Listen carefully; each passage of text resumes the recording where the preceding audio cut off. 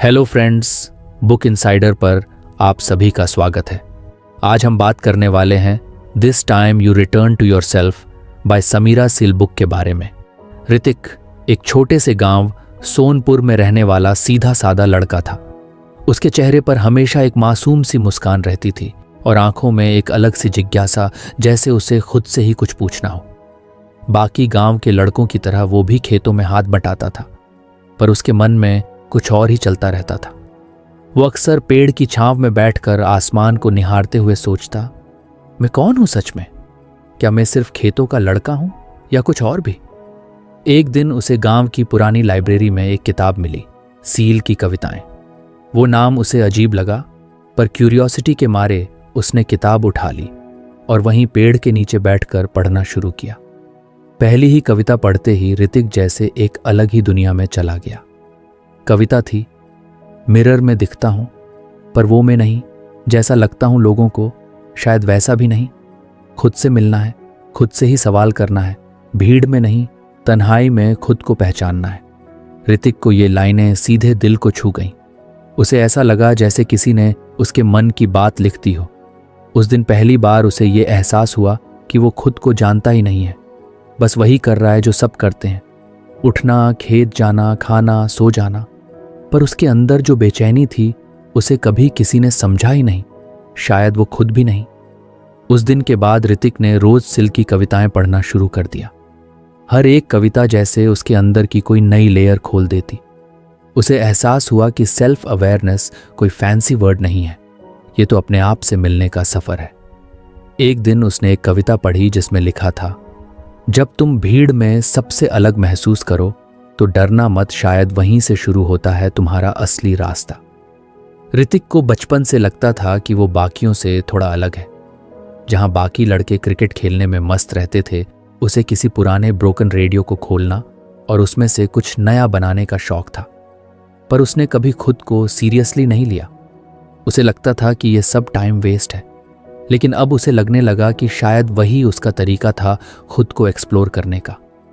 धीरे धीरे ऋतिक ने एक डायरी रखना शुरू किया। हर दिन वो अपने दिन की एक छोटी सी एंट्री करता, आज क्या सोचा, क्या फील किया, क्या नया सीखा। ये छोटी छोटी बातें उसे अपने बारे में और अवेयर बनाती रहीं। जैसे जैसे दिन बीतते गए वो जानने लगा कि उसे मशीन्स में इंटरेस्ट है, कुछ नया क्रिएट करने में मज़ा आता है। और सबसे बड़ी बात, उसे अकेले में सोचने में डर नहीं लगता, बल्कि वो एंजॉय करता है। एक दिन गांव में इलेक्ट्रिसिटी चली गई। लोग परेशान हो गए। ऋतिक ने मौका देखा और अपने पुराने रेडियो पार्ट्स और कुछ वायर्स से एक छोटा सा लाइट सेटअप तैयार किया, जिससे 2 घरों में इमरजेंसी लाइट जल गई। गांव के लोगों को उस पर गर्व हुआ, लेकिन उससे ज्यादा ऋतिक को खुद पर भरोसा हुआ। उसे पहली बार लगा कि हाँ, मैं कुछ कर सकता हूं। उस रात वो वापस अपनी डायरी खोलकर लिख रहा था। आज पहली बार लगा कि मैं यूजलेस नहीं हूं, मैं अलग हूं पर बेकार नहीं। उस लाइन के नीचे उसने एक बड़ी सी स्माइली बना दी। उसी समय उसे एक कविता की याद आई, जिस दिन खुद को एक्सेप्ट करोगे उसी दिन शुरू होगा असली जादू। दूसरों से लड़ना आसान है, पर खुद से दोस्ती करना असली जीत है। ऋतिक अब पहले जैसा नहीं रहा। उसने अपने लिए छोटी छोटी गोल्स सेट करने शुरू किए, जैसे हर महीने एक नया टूल बनाना या किसी पुरानी चीज से कुछ यूजफुल बनाना। वो ये सब किसी को इम्प्रेस करने के लिए नहीं करता था, बस खुद के लिए करता था। और हर बार कुछ नया सीखकर उसकी आईज स्पार्कल करने लगती थी। अब लोग उसे अलग नजर से देखने लगे थे, पर ऋतिक को इस बात से ज्यादा फर्क नहीं पड़ता था। पहले उसे लगता था कि उसे लोगों की अप्रूवल चाहिए, पर अब उसे समझ आया कि सबसे जरूरी चीज है खुद की अप्रूवल। वो खुद को अब एक बेहतर इंसान मानने लगा था। एक दिन गांव में एक आउटसाइडर आया, एक एनजीओ से जो रूरल इनोवेशन पर काम करता था। उसने ऋतिक के बनाए हुए कुछ मॉडल्स देखे और कहा, तुम्हारे पास पोटेंशियल है, तुम चाहे तो हम तुम्हें आगे ट्रेन कर सकते हैं। ऋतिक थोड़ी देर चुप रहा, फिर बोला, मैं रेडी हूं, लेकिन मैं खुद को खोना नहीं चाहता। जहां भी जाऊं अपने आप को समझना और बेहतर बनाना नहीं छोड़ूंगा। वो आउटसाइडर मुस्कुराया, यही तो असली ग्रोथ है, बाहर की दुनिया देखना लेकिन अंदर की दुनिया ना खोना। अब ऋतिक एक नए सफर पर निकल पड़ा था, लेकिन उसके साथ उसकी डायरी, साहिल की पोएट्री और उसका वो इनर दोस्त भी था, उसका सच्चा सेल्फ। वो जानता था कि आगे रास्ते मुश्किल होंगे, पर अब उसे डर नहीं लगता था क्योंकि वो खुद से मिल चुका था। उसने अपनी डायरी में आखिरी एंट्री लिखी, अब मैं खुद से भागता नहीं, हर दिन खुद से मिलता हूं। गांव से शहर जा रहा हूं, पर अपने दिल से दूर नहीं जा रहा। जो सवाल कभी डराते थे अब वही रास्ता दिखाते हैं। मैं ऋतिक हूं और मुझे खुद को लेकर कोई कंफ्यूजन नहीं है। ऋतिक की ये जर्नी सिर्फ एक लड़के की नहीं थी, ये हर उस इंसान की कहानी थी जो खुद को पहचानना चाहता है। सील की पोएट्री ने उसे ये सिखाया कि खुद को जानना, समझना और एक्सेप्ट करना ये कोई एक दिन की बात नहीं होती, ये एक लाइफ लॉन्ग जर्नी है। और सबसे खूबसूरत बात यह है कि इस जर्नी में सबसे अच्छा साथी होता है खुद आप। और जब आप खुद से कनेक्ट कर जाते हो तो दुनिया की कोई भी चीज आपको भटका नहीं सकती। शहर का माहौल ऋतिक के लिए बिल्कुल नया था। ऊंची ऊंची इमारतें, भागती दौड़ती गाड़ियां, अनजाने चेहरे, हर चीज अजीब सी लग रही थी। लेकिन उसके अंदर एक अलग ही एनर्जी थी। अगर आपको हमारी फ्री समरी अच्छी लगती है तो आप हमारे चैनल को सब्सक्राइब कर सकते हैं, हमारी मेंबरशिप खरीद सकते हैं या हमें यूपीआई के थ्रू सपोर्ट कर सकते हैं। अब समरी पर वापस चलते हैं। वो कुछ नया सीखने आया था, खुद को आगे बढ़ते हुए देखना चाहता था, पर जैसे ही दिन बीतने लगे वो एनर्जी धीरे धीरे थकान में बदलने लगी। शहर की भीड़ में एक अजीब सी अकेलापन था। दिन भर ट्रेनिंग, नई चीजें सीखना, लोगों से इंटरैक्शन, सब कुछ तेजी से हो रहा था। लेकिन रात को जब वो अपने छोटे से रूम में अकेला बैठता तो बहुत कुछ अंदर से टूटता हुआ सा लगता। उसका दिल अक्सर गांव को याद करता। माँ की बातें, बाबा की हंसी, खेतों की खुशबू, सब कुछ उसकी यादों में ताजा रहता। पर सबसे ज्यादा उसे खुद की डायरी की कमी खल रही थी, जो गांव में ही रह गई थी। सील की किताब उसने साथ ला ली थी, लेकिन डायरी नहीं। एक दिन बहुत थका हुआ और मेंटली डाउन फील करते हुए उसने वही किताब उठाई और एक पेज खोला। कविता थी, जख्म जो छुपा लिए वो अब भी अंदर रोते हैं। हंसती है दुनिया बाहर से, पर भीतर के तूफान कौन देखे। ऋतिक जैसे वहीं जम गया। उसे याद आया गांव में जब पापा ने कभी उसकी रुचियों को सीरियस नहीं लिया था तब वो कितना टूटा था। और जब बचपन में उसके एक दोस्त ने उसे अकेला छोड़ दिया था तब उसे कितना गहरा सैडनेस फील हुआ था। वो सब बातें जो उसने कभी किसी से नहीं कही थी, वो अब धीरे धीरे उसके अंदर से बाहर आ रही थी। वो समझ गया कि वो खुद से तो मिल चुका है, लेकिन जो पुराने जख्म थे उन्हें उसने अब तक हील नहीं किया। अगले कुछ दिनों तक ऋतिक ने उस किताब को सिर्फ पढ़ा नहीं, जिया। वो हर उस कविता में अपने दर्द को ढूंढता, उसे महसूस करता और धीरे धीरे खुद को रिलीज करता। एक कविता में लिखा था, रोना कमजोरी नहीं, ये तो एक पुल है दर्द से राहत की ओर। छुपाने से कुछ नहीं जाता, सिर्फ और गहराता है। उसने पहली बार खुद को रोने दिया। कोई नहीं था आसपास, बस वो और उसका सच। उसने आईने में खुद को देखा और सॉफ्टली बोला, तू अकेला नहीं है ऋतिक, मैं हूं तेरे साथ। यही शब्द उसके लिए थेरेपी जैसे बन गए। धीरे धीरे उसने पुराने मेमोरी बॉक्सेस खोलने शुरू किए, वो सारी बातें जो सालों से दिल में बंद थीं। एक दिन जब वो ट्रेनिंग सेंटर में गया तो एक लड़की से उसकी बातचीत हुई, नाम था अनिया। वो भी छोटे शहर से आई थी और कुछ कुछ वैसा ही महसूस कर रही थी जैसा ऋतिक कर रहा था। दोनों की बातचीत पोएट्री पर होने लगी। जब ऋतिक ने साइल की एक कविता सुनाई तो अनया की आंखों में भी नमी आ गई। उसने कहा, यह पोएट्री मुझे मेरे पापा की याद दिला देती है, जो अब नहीं है। उस दिन दोनों ने पहली बार अपना दर्द किसी से शेयर किया। उस इंटरेक्शन के बाद ऋतिक को यह समझ आया कि इमोशनल हीलिंग सिर्फ खुद तक सीमित नहीं होती, ये तब पूरी होती है जब आप किसी और को भी उसकी हीलिंग जर्नी में सपोर्ट करते हो। अब ऋतिक खुद को थोड़ा बेहतर महसूस करने लगा। उसने अपने फीलिंग्स को समझना शुरू किया, उन्हें लिखना शुरू किया, इस बार नई डायरी में। एक शाम को पार्क में बैठा ऋतिक एक नई कविता लिख रहा था। मैं ठीक हूं अब, क्योंकि मैंने खुद को मौका दिया हील होने का। अब मैं दर्द से डरता नहीं, उसे समझता हूं, गले लगाता हूं। वो जानता था कि पास्ट कभी पूरी तरह मिट नहीं सकता, लेकिन अब वो उसका बोझ नहीं था, सिर्फ एक पार्ट था उसकी स्टोरी का। जो जख्म कभी अकेलेपन से जलते थे, अब वो उसकी स्ट्रेंथ बन चुके थे। एक बार जब उसे घर से कॉल आया कि माँ बीमार हैं, तो उसका दिल बहुत घबरा गया। वो रात भर सो नहीं सका, लेकिन उस रात उसने खुद को टूटने नहीं दिया। उसने अपने अंदर से कहा, घबराना नहीं है, तू स्ट्रांग है और सब ठीक होगा। यही सेल्फ टॉक अब उसकी ताकत बन चुकी थी। अगले दिन माँ की तबीयत स्टेबल हो गई थी और जब उसने माँ की वॉइस सुनी तो उसकी आंखों में आंसू आ गए। लेकिन इस बार वो आंसू कमजोरी के नहीं थे, वो प्यार, कनेक्शन और हीलिंग के थे। अब ऋतिक अपनी ट्रेनिंग पूरी कर चुका था। उसे एक अच्छी नौकरी का ऑफर भी मिल गया था, लेकिन उससे भी ज्यादा उसने अपने अंदर की खाली जगहों को समझ लिया था। उसे अब पता था कि हीलिंग कोई लीनियर जर्नी नहीं होती। कुछ दिन अच्छे होंगे, कुछ दिन बहुत भारी, लेकिन जब आपके पास अपनी फीलिंग्स को समझने का तरीका हो तो आप हर स्टॉर्म से गुजर सकते हो। उसने शहर में एक छोटा सा पोएट्री ग्रुप शुरू किया, जिसमें हर हफ्ते लोग अपनी फीलिंग्स को पोएट्री के जरिए एक्सप्रेस करते थे। वहां वो अनया के साथ मिलकर लोगों को एनकरेज करता, जो भी दर्द है उसे दबाओ मत, लिखो, कहो, गांव पर खुद से दूर मत भागो। ऋतिक अब वही गांव का सीधा साधा लड़का नहीं था। वो एक इमोशनली अवेयर इंसान बन चुका था, जिसने न सिर्फ खुद को समझा बल्कि दूसरों को भी उनके रास्ते पर चलने की हिम्मत दी। उसने एक बार फिर अपनी डायरी में लिखा, शहर ने मुझे बदल दिया पर खोया नहीं। गांव की मिट्टी में जो बीज बोया था वो यहां आकर खिला। अब मैं अपने आंसुओं से डरता नहीं, क्योंकि मुझे पता है वहीं से निकलेगा सबसे खूबसूरत फूल। ऋतिक की कहानी सिर्फ एक लड़के की नहीं थी, वो हर उस इंसान की कहानी थी जो अंदर से टूटा हुआ है लेकिन हीलिंग की तलाश में है। सील की पोएट्री ने उसे रास्ता दिखाया, लेकिन चलना उसने खुद सीखा। और यही सबसे खूबसूरत बात होती है, जब आप अपने जख्मों से खुद ही रोशनी बनाना सीखते हो। ऋतिक की जिंदगी अब एक नए मोड़ पर थी।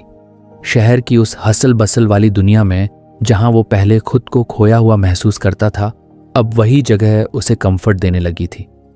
पर कहानी यहीं खत्म नहीं होती, असली ग्रोथ तो अभी शुरू होनी थी। नौकरी लगने के बाद सब सोचते हैं कि अब तो सब सेट है, लेकिन ऋतिक ने जल्दी ही समझ लिया कि पर्सनल ग्रोथ सिर्फ अच्छी जॉब या पैसे तक सीमित नहीं होती। असली सवाल तो ये था कि अब वो इंसान बन भी रहा है या बस दुनिया की भीड़ में शामिल हो गया है। एक दिन ऑफिस में एक प्रेजेंटेशन के दौरान ऋतिक से एक छोटी सी गलती हो गई। मैनेजर ने सबके सामने टोक दिया और ऋतिक अंदर से फिर से वही पुराना इनसिक्योर लड़का बन गया। पर इस बार उसने खुद को रोका।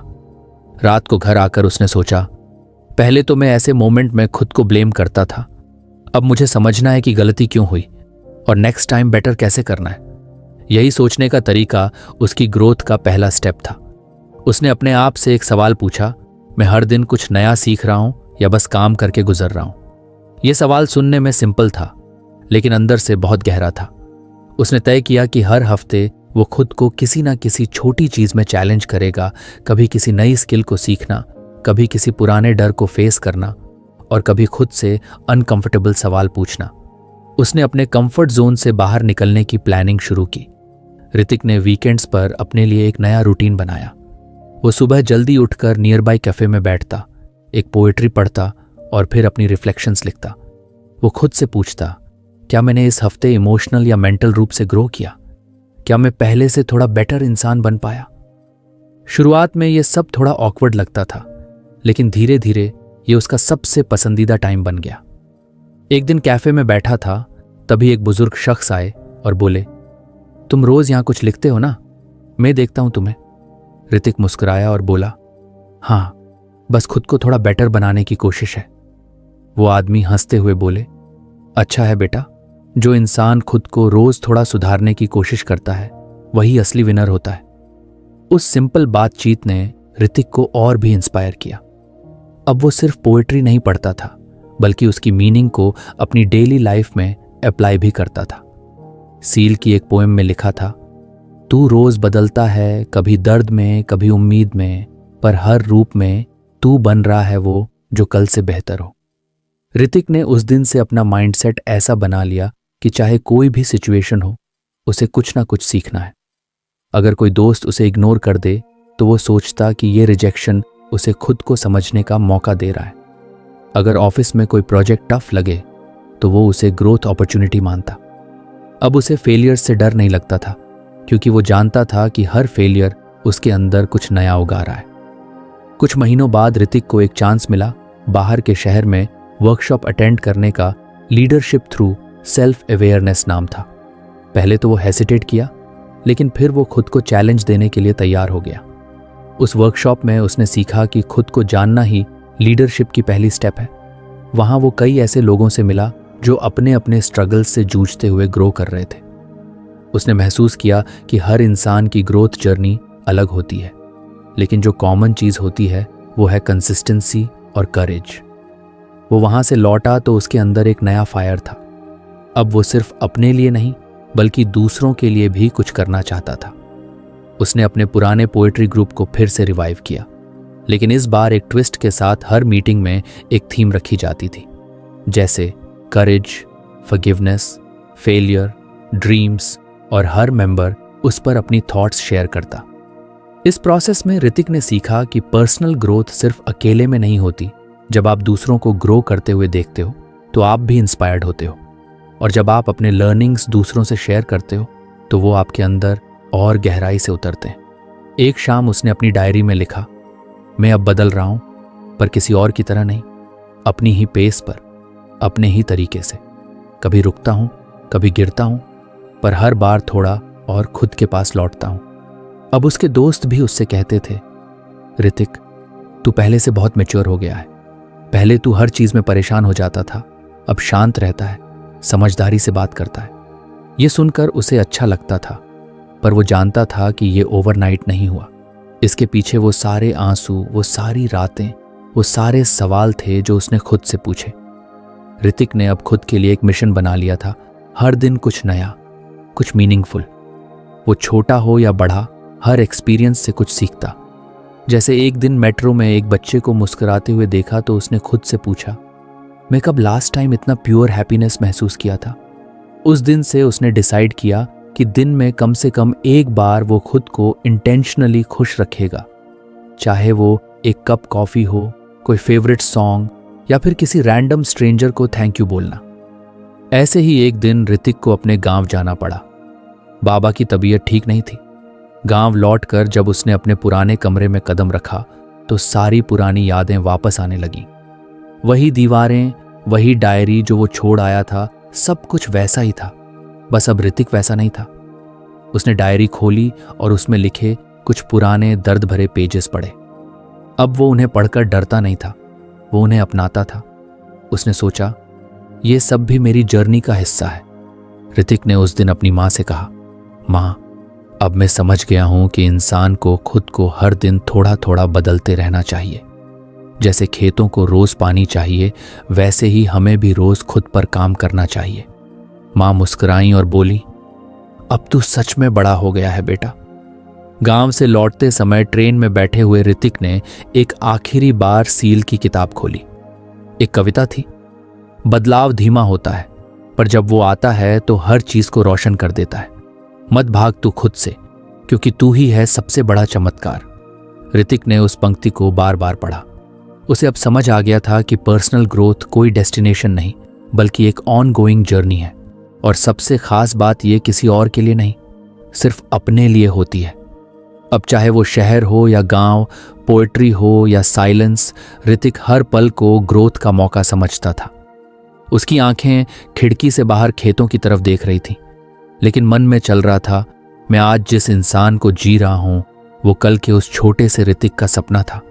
और अब मेरा काम है कि मैं हर दिन थोड़ा थोड़ा उस ऋतिक का वर्जन बनता रहूं, जो अपनी खुद की रिस्पेक्ट करता है, जो सीखता है, गिरता है और फिर उठता है, हर बार और ज्यादा स्ट्रांग बनकर। सर्दियों की शुरुआत थी। गांव में हर सुबह हल्की कोहरे से ढकी होती थी। ऋतिक इस बार कुछ हफ्तों के लिए गांव में ही था और अपने खेतों की देखरेख कर रहा था। जब सुबह वो खेतों की तरफ जाता तो पेड़ों की छांव, ओस की बूंदें और धूप की हल्की किरणें उसे एक अलग ही दुनिया में ले जाती। पहले ये सब बस दृश्य थे, अब ये उसके इमोशंस का रिफ्लेक्शन बन चुके थे। वो अक्सर पेड़ के नीचे बैठ जाता और दूर क्षितिज को देखता, वहां जहां धुंध और सूरज की रोशनी आपस में घुल मिल रही होती थी। उसे लगता जैसे उसका मन भी वैसा ही है, कुछ हिस्सा साफ, कुछ धुंधला, कुछ रोशनी से भरा, कुछ सवालों से घिरा हुआ। साइल की एक पोएट्री उसने कई बार पढ़ी थी। उसमें लिखा था, मन का आकाश भी बदलता है, कभी बादलों से घिरा, कभी उजालों से भरा। देख, जो तू बाहर देखता है वो तेरे अंदर का ही चित्र है। इस लाइन ने उसे सोचने पर मजबूर कर दिया था कि क्या जो इमेजरी हम नेचर में देखते हैं वो असल में हमारे अंदर की फीलिंग्स का ही एक्सटेंशन होती है। अब जब वो पानी की सतह पर गिरती धूप देखता तो उसे अपने मन के हल्के इमोशंस की झलक मिलती। जब पेड़ के पत्ते हवा में थरथराते तो लगता जैसे उसके मन के डर भी अंदर ही कहीं हिल रहे हैं। एक दिन खेत से लौटते हुए रास्ते में हल्की बारिश होने लगी। ऋतिक छाता नहीं लाया था, लेकिन उसने खुद को भीगने दिया। वो चलता रहा और हर बूंद को महसूस करता रहा। उसे वो सारी बातों की याद आई जो उसने कभी किसी से नहीं कही थी। अधूरे सपने, टूटे रिश्ते और वो छोटे छोटे रिग्रेट्स। पर उस बारिश में कुछ था, वो नमी उसके शरीर से नहीं, उसकी सोल से बह रही थी, जैसे उसकी भावनाएं खुद को साफ कर रही हों। घर पहुंचकर उसने अपने गीले कपड़े बदले और अपने कमरे में बैठ गया। खिड़की से बाहर देख रहा था और वो इमेजरी जो उसने बाहर देखी थी धीरे धीरे उसकी डायरी के पन्नों में उतरने लगी। उसने लिखा, बूंदें गिरी आज भी, पर इस बार जमीन पर नहीं, मेरे अंदर के सूखे मैदानों पर। शायद अब कुछ उगेगा वहां जहां कभी कुछ नहीं था। उसकी ये पंक्तियां अब सिर्फ पोएट्री नहीं रह गई थी, ये उसके अपने मन का नक्शा बन गई थी। वो इमेजरी जो उसने बारिश में देखी अब उसकी हीलिंग और क्लैरिटी का जरिया बन गई। रिफ्लेक्टिव इमेजरी अब उसकी डेली लाइफ का हिस्सा बन गई थी। वो जब भी गांव में मंदिर की घंटियों की आवाज सुनता तो लगता जैसे वो आवाज उसके अंदर की बेचैनी को छू रही है। जब सूरज ढलता और आसमान गुलाबी नारंगी रंगों में रंग जाता तो उसे लगता जैसे उसके अंदर भी कुछ रंग भर रहे हैं, उम्मीद, शांति और नए सपनों के रंग। एक बार वो तालाब के किनारे बैठा था, पानी बिल्कुल शांत था। उसने अपनी रिफ्लेक्शन देखी और पहली बार अपने चेहरे पर एक अलग तरह की सुकून देखी, जैसे ये वही इंसान है जो कभी खुद को पहचान नहीं पाया था, लेकिन अब अपने अंदर झांकना सीख गया है। उसने खुद से सवाल किया, क्या मैं अब अपने इमोशंस को इमेजरी के जरिए बेटर समझ पा रहा हूं? और जवाब था हाँ।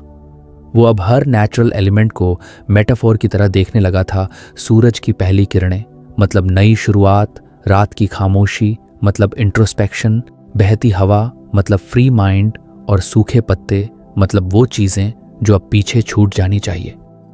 गांव में ही एक पुरानी हवेली थी जिसे अब कोई इस्तेमाल नहीं करता था। एक दिन क्यूरियोसिटी में ऋतिक वहां चला गया। दीवारें टूटी हुई थीं, छत से धूप की लकीरें फर्श पर पड़ रही थीं और हर कोना जैसे कोई कहानी सुना रहा था। उसे वो हवेली अपने पुराने सेल्फ जैसी लगी, एक समय में भरी हुई, फिर खाली और अब धीरे धीरे खुद को नए रूप में तलाशती हुई।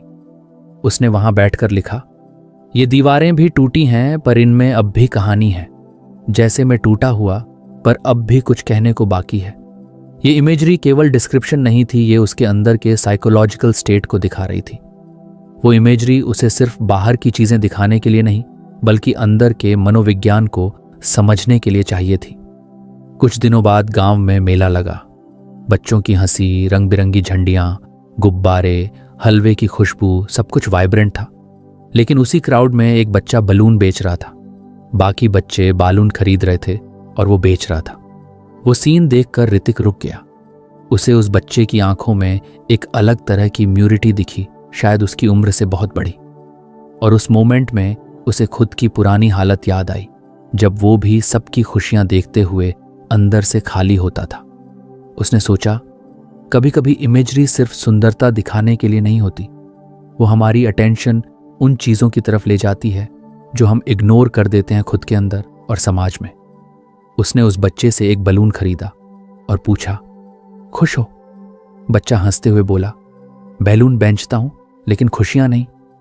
उसने वो बैलून अपने कमरे की खिड़की पर बांध दिया, रिमाइंडर के तौर पर कि हर इमेज एक स्टोरी होती है और हर स्टोरी में एक ट्रूथ छुपा होता है। अब ऋतिक इमेजरी को एक्टिवली यूज करने लगा अपने सोचने के तरीके में। जब भी वो कंफ्यूज्ड होता, वो कोई इमेज रिकॉल करता, जैसे कोई धुंधला रास्ता या कोई खाली मैदान, और सोचता कि उसका मन अभी वैसा ही है। फिर वो उस इमेज को मानसिक रूप से ट्रांसफॉर्म करता, उस रास्ते में रोशनी भरता, उस मैदान में पेड़ उगाता, और ये प्रक्रिया उसके भावनाओं को शिफ्ट करने में मदद करता। उसने सीखा कि इमेजरी सिर्फ देखने की चीज नहीं होती, वो महसूस करने की चीज होती है।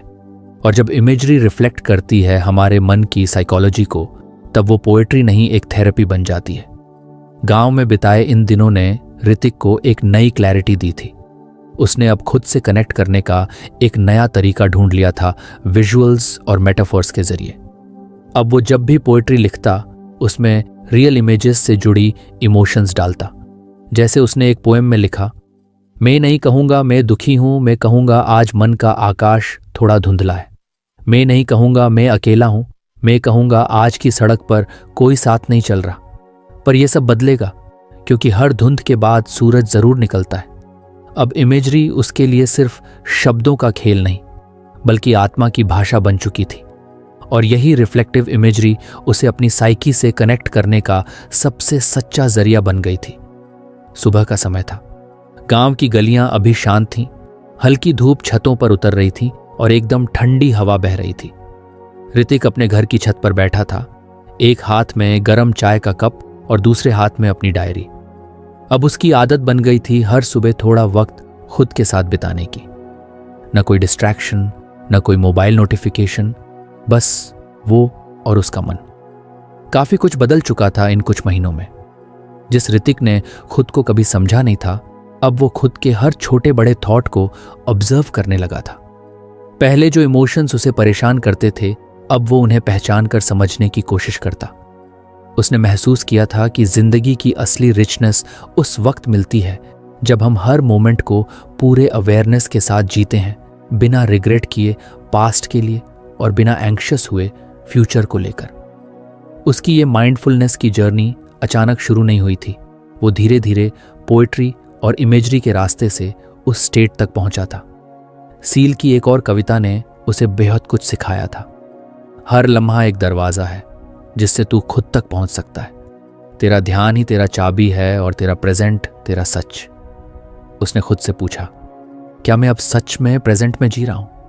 और जवाब था, अब तक जितना भी जिया उसमें सबसे ज्यादा पीस उसे तब मिला जब वो अपने आसपास की चीजों को ऑब्जर्व कर रहा होता था, पूरी अटेंशन के साथ। अब खेतों में काम करते हुए भी उसका ध्यान सिर्फ गेहूं की बालियों पर नहीं होता, बल्कि उस हवा पर होता जो हल्की सरसराहट लाती है, उस मिट्टी की खुशबू पर होती जो बारिश के बाद उठती है, उस सूरज की गर्मी पर होती जो पीठ पर धीरे धीरे महसूस होती है। पहले ये सब अननोटिस्ड चला जाता था, अब यही उसकी जिंदगी के सबसे काल्म मोमेंट्स बन गए थे। एक दिन की बात है, ऋतिक शहर से आया एक पुराना दोस्त मिलाने आया। वो शहर की भाग दौड़ से परेशान था, लगातार मोबाइल और मीटिंग से भरा स्केड्यूल और अंदर एक अजीब सी खालीपन। उसने ऋतिक से कहा, तू तो बहुत बदल गया है यार। पहले तू भी मेरी तरह रेस्टलेस होता था, अब इतना शांत कैसे? ऋतिक मुस्कुराया और बोला, क्योंकि अब मैं हर चीज को पूरी तरह से महसूस करता हूं। जब चाय पीता हूं तो सिर्फ टेस्ट नहीं, उसकी गर्माहट को भी समझता हूं। करता है तो सिर्फ सुनता नहीं, अब्जॉर्ब करता हूं। और जब चलता हूं तो अपने कदमों की आवाज भी सुनता हूं। दोस्त थोड़ा चुप हो गया, फिर बोला, मतलब तू अब ध्यान में रहता है? ऋतिक ने जवाब दिया, शायद ध्यान में नहीं, लेकिन ध्यान से रहता हूं। फिर उसने दोस्त को खेतों की सैर कराई। चलते वक्त दोनों चुप थे। हवा चल रही थी, पेड़ झूम रहे थे और जमीन की नमी पैरों को छू रही थी। उस साइलेंस में भी बहुत कुछ कहा जा रहा था। जब वापस लौटे तो दोस्त ने कहा, मैंने पहली बार चलना महसूस किया। ऋतिक मुस्कुराया और समझ गया कि उसकी बात समझ में आ गई है। धीरे धीरे ऋतिक का ये माइंडफुल प्रेजेंस आसपास के लोगों पर भी असर डालने लगा। गांव के छोटे बच्चे भी अब उसके पास बैठकर उसके साथ चुपचाप पेड़ के नीचे बैठना पसंद करने लगे थे। वो कुछ कहते नहीं, बस बैठते, देखते और कुछ नया महसूस करते। एक दिन एक बच्चा बोला, ऋतिक भैया, जब आपके पास बैठता हूं तो सब कुछ शांत लगने लगता है। ऋतिक ने जवाब में कुछ नहीं कहा, बस सिर पर हाथ फेरा। अब उसे समझ आ गया था कि प्रेजेंट में रहना सिर्फ खुद के लिए नहीं होता, वो एक एनर्जी बन जाता है जो दूसरों तक भी पहुंचती है। एक बार वो खेतों में अकेला बैठा था और डायरी में लिख रहा था, वो वक्त ही था जिसने मुझे झुका दिया। अब मैं हर लम्हे से मिलकर चलता हूं। जो अभी है वही सब कुछ है, न कल का वादा, न बीते का बोझ। अब पोएट्री उसकी सिर्फ कला नहीं रही, वो उसकी जीवन शैली बन चुकी थी। हर पोएम एक मेडिटेशन थी, हर शब्द एक ब्रीथ जैसा। उसने अब ये भी समझ लिया था कि सुकून बाहर की दुनिया से नहीं, भीतर की अवेयरनेस से आता है। शाम को जब वो सूरज को ढलते हुए देखता तो उसे ये सोचकर दुख नहीं होता कि दिन खत्म हो रहा है, बल्कि वो ग्रेटफुल होता कि उसने उस दिन को पूरी तरह जिया। हर रंग, हर साउंड, हर एहसास, उसने सबको फुली ऑब्जर्व किया, विदाउट जजमेंट, विदाउट डिस्ट्रैक्शन। एक रात गांव में बिजली नहीं थी, सब अंधेरा था, बस चांदनी थी और जुगनुओं की टिमटिमाहट। ऋतिक खेतों में अकेला बैठा था, कोई मोबाइल नहीं, कोई शोर नहीं। उस साइलेंस में वो अपने अंदर के हर इमोशन को साफ साफ देख पा रहा था। न कोई भाग दौड़, न कोई कंपैरिजन, बस एक प्योर अवेयरनेस कि वो अभी यहां है और यही काफी है। उसने खुद से एक आखिरी सवाल किया, क्या मुझे अब कुछ और जानने की जरूरत है? और उसका मन बोला, तू जान गया है वो जो जरूरी था, खुद को, अपने इमोशंस को, अपने समय को। अब ऋतिक की जर्नी किसी गोल की तरफ नहीं थी, बल्कि वो खुद जर्नी ही बन चुका था। हर दिन, हर पल उसके लिए एक लर्निंग था। उसने अब समझ लिया था कि सेल्फ डिस्कवरी कोई डेस्टिनेशन नहीं, बल्कि एक ऑन गोइंग प्रोसेस है जो तभी सच्चा होता है जब हम हर मोमेंट को ध्यान से जिएं पूरा, बिना पीछे देखे, बिना आगे भागे।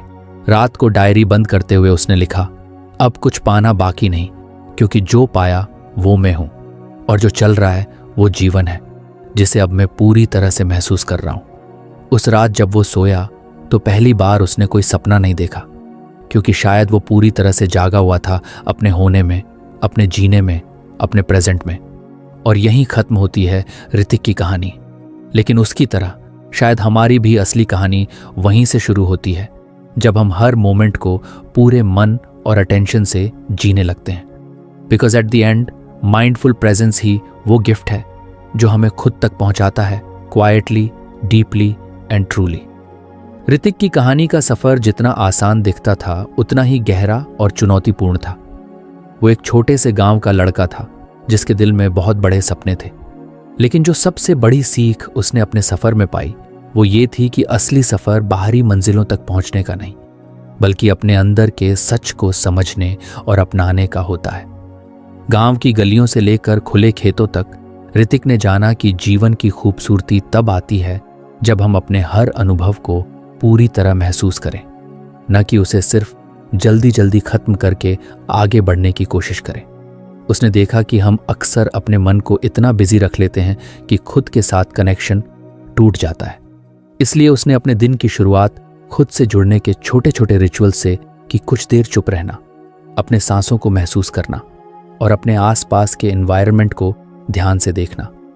धीरे धीरे उसने महसूस किया कि जब हम पूरी तरह से प्रेजेंट होते हैं, तब जीवन के छोटे छोटे रंग, आवाजें, खुशबू और एहसास हमारे अंदर एक नई एनर्जी भर देते हैं। वह एनर्जी न सिर्फ हमें अंदर से खुश रखती है, बल्कि हमारे रिश्तों को भी मजबूत बनाती है।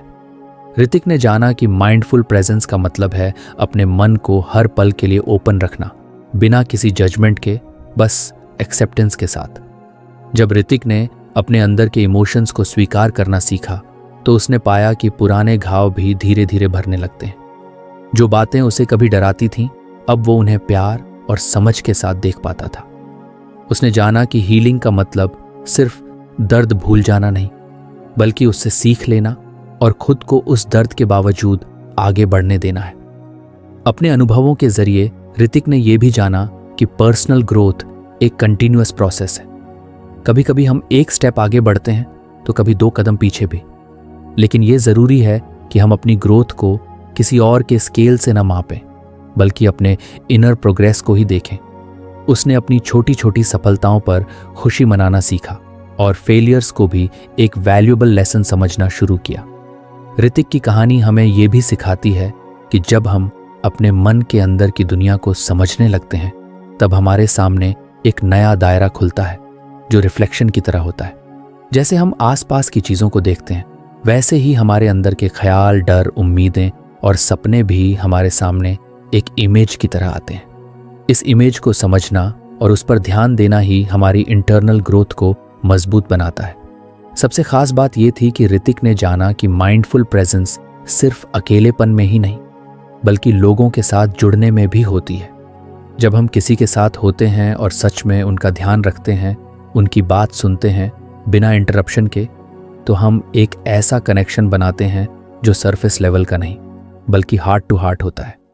ऋतिक की ये जर्नी हमें ये याद दिलाती है कि जिंदगी के सफ़र में सबसे ज़रूरी कंपेनियन हम खुद होते हैं। इसलिए हमें अपने साथ कंपैशन, पेशेंस और एक्सेप्टेंस रखनी चाहिए। और यही माइंडफुल प्रेजेंस का असली मतलब है, खुद के लिए और दूसरों के लिए पूरी जागरूकता और प्यार के साथ जीना। अब ऋतिक की जिंदगी में जल्दबाजी नहीं थी, कोई चिंता नहीं थी कि कल क्या होगा। वो पूरी तरह से आज के लम्हे में जीता था, क्योंकि उसने समझ लिया था कि जो पल हम अभी जी रहे हैं वही हमारी असली जिंदगी है। और जब हम इस सच को अपनाते हैं तब हमारी जिंदगी में सुकून, खुशहाली और गहराई आती है। कहानी का अंत इस बात पर नहीं होता कि ऋतिक ने क्या किया या क्या पाया, बल्कि इस पर होता है कि उसने खुद को कितना जाना और स्वीकार किया। और ये सीख हर किसी के लिए ज़रूरी है कि जीवन का असली सफ़र तब शुरू होता है जब हम अपने भीतर की दुनिया को पूरी तरह से समझने और उसे अपनाने लगते हैं। ऋतिक की कहानी एक जेंटल रिमाइंडर है कि कहीं भी, किसी भी परिस्थिति में हम माइंडफुल रह सकते हैं, खुद को सुन सकते हैं और अपने अनुभवों के साथ पूरी तरह प्रेजेंट रह सकते हैं। यही माइंडफुल प्रेजेंस हमें न सिर्फ खुद के करीब ले आती है, बल्कि हमारे जीवन को भी एक नया अर्थ और गहराई देती है। और इस सोच के साथ ऋतिक ने अपनी छोटी सी दुनिया में बड़े दिल के साथ एक नया चैप्टर शुरू किया, जहां हर दिन एक नई शुरुआत थी, हर लम्हा एक नई सीख और हर सांस एक नई उम्मीद। इस तरह ऋतिक की कहानी हमें बताती है कि जिंदगी का सबसे बड़ा रहस्य यही है, being truly present in every moment with an open heart and a mindful mind. तो फ्रेंड्स, ये थी हमारी आज की बुक समरी। आपको कैसी लगी कमेंट करके ज़रूर बताएं। और धन्यवाद आपका समरी एंड तक सुनने के लिए।